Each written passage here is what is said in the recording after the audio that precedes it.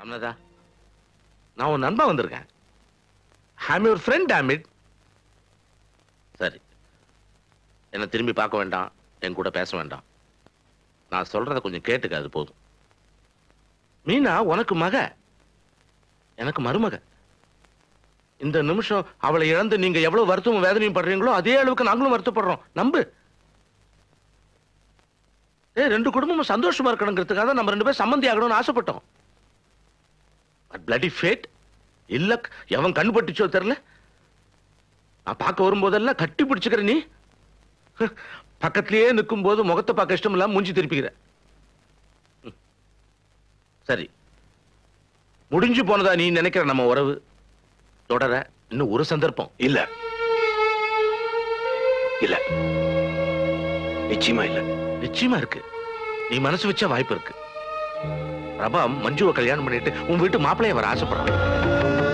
யோ, ஒரு பொண்ணை கொடுக்கலாம் நினைச்சதுக்கே அவளை அனுப்பிச்சிட்டீங்க. இப்ப இன்னொரு, உங்களுக்கு எல்லாம் மனசாட்சியே இல்லையா? மனசாட்சி இருக்கிறதுனால தான் ராமநாதா மஞ்சுவை மருமகளா அனுப்புன்னு. அனுப்புறேன், மருமகளா ராணி மாதிரி வாழ அனுப்புறேன். ஆனா உங்க வீட்டுக்கு இல்ல. விடுங்க தாய், என்னதான் இது? இவங்க கிட்ட இதெல்லாம் பேசிக்கிட்டு வாங்க. உங்க பையன் என் பொண்ணு கிட்ட பேச நினைச்சதுக்கே என்ன நடந்ததுன்னு உங்களுக்கு தெரியும். மறுபடியும் அந்த மாதிரி ஏதாவது நடந்ததுன்னா அப்புறம் என்ன மாதிரி தேவசம் பண்ணிட்டு நீங்களும். நீ எல்லாம் ஒரு பெரிய மனுஷனாயா? பெத்தவன் என்கிட்டயே வந்து என் பிள்ளைக்கு அடிச்ச.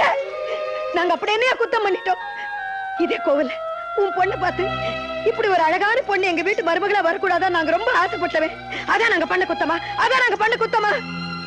அதுக்கு இவ்வளவு பெரிய தண்டனையா?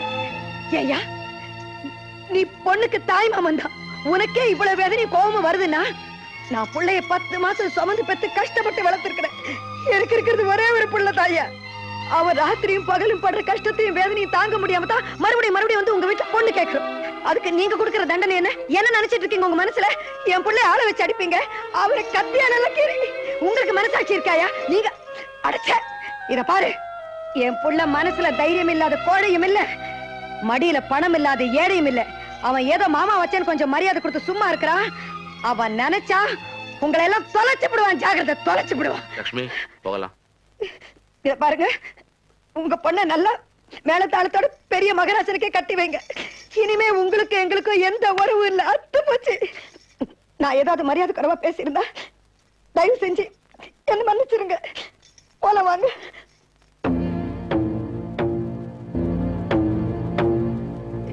லட்சுமி, நமக்கு ஒரு பெண் குழந்தை இல்லையேன்னு எவ்வளவு நாள் வேதனைப்பட்டிருப்போம். இருந்த பெண் குழந்தைய இழந்துட்டு இருக்கிறான். அந்த வேதனையில வர வார்த்தை அதெல்லாம் போய் பெருசா எடுத்துக்கலாமா?